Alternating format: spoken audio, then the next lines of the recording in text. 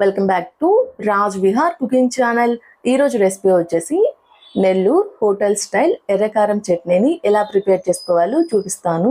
ఇలా చేసుకుంటే ఇడ్లీ లేదా దోశల్లోకి స్పైసీగా టేస్టీగా చాలా రుచిగా ఉంటుందండి.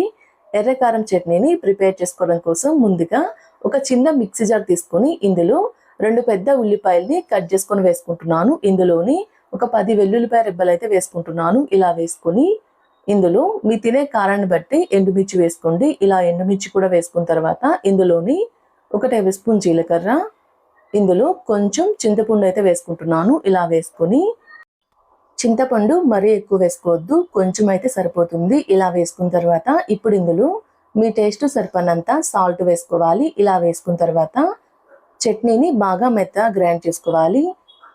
చట్నీ ఒకవేళ మీకు కొంచెం లూజ్గా కావాలి అనుకుంటే కొంచెం వాటర్ అయినా వేసుకొని చట్నీని గ్రైండ్ చేసుకోవచ్చు. చూసారు కదండి, ఇలా మెత్తగా గ్రైండ్ చేసుకోవాలి చట్నీని.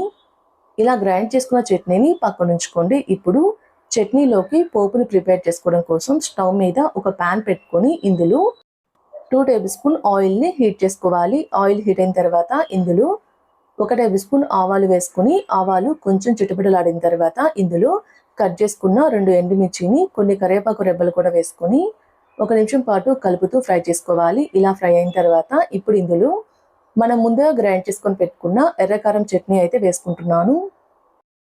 ఇలా గ్రైండ్ చేసుకున్న ఎర్రకారం చట్నీ వేసుకొని చట్నీ మొత్తాన్ని కలిసే విధంగా కలుపుతూ 2-3 నిమిషాల పాటు మీడియం ఫ్లేమ్ మీద ఉడికించుకోవాలి.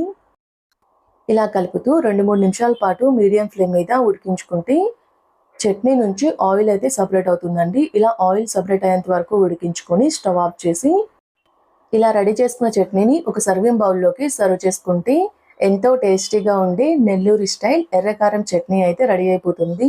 ఈ చట్నీ గ్రైండ్ చేసేటప్పుడు నీళ్ళైతే ఏం పోసుకోలేదు కాబట్టి ఈ చట్నీ అయితే 2 రోజుల వరకు పాడకుండా ఉంటుంది.